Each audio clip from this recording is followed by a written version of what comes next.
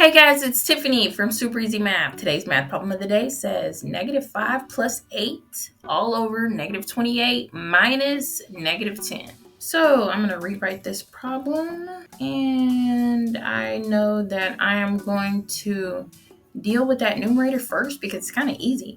-5 plus 8 is going to be +3. Then my denominator becomes the problem -28 plus 10 because I have two negatives next to each other, and I know that those turn into a positive sign or a plus sign. So now I have my -28 and I want to add 10 to it, and that leaves me with 3 over -18. Now I can simplify by asking myself what goes into both 3 and into 18. And I know 3 does, so that's 1 over 6.